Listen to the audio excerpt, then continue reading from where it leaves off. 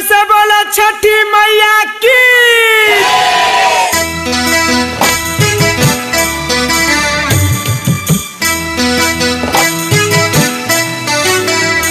Music by Roshan Kumar.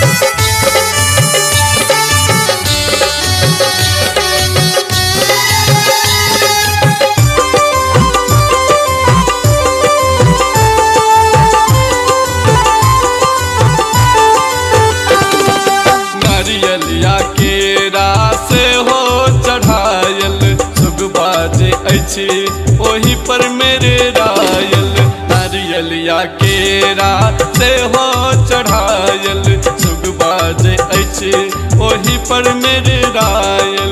माई बहन सब तैयार है चलो छठी पूजन के। माई बहन सब तैयार है चलो छठी पूजन के। छठी मैया एलन हमर द्वार है चलो छठी पूजन के।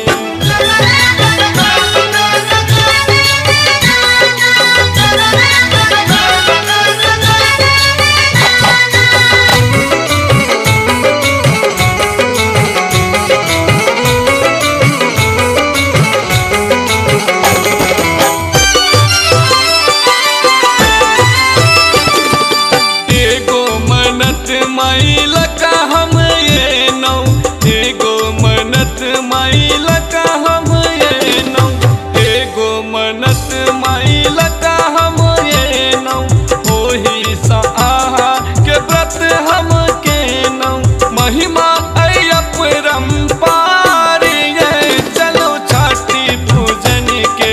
महिमा अपरंपार ये चलो छठी पूजन के।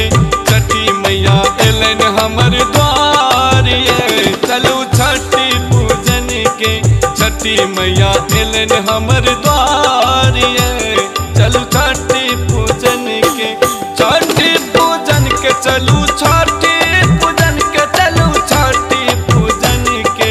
छठी पूजन के चलू छठी पूजन के चलू छठी पूजन के।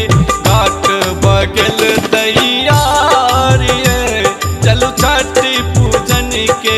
घाट बगल तैयार है चलो छठी पूजन के। छठी मैया एलन हमर द्वार ये चलो छठी पूजन के। माँ गायत्री रिकॉर्डिंग स्टूडियो मलंगवा सरलाही नेपाल।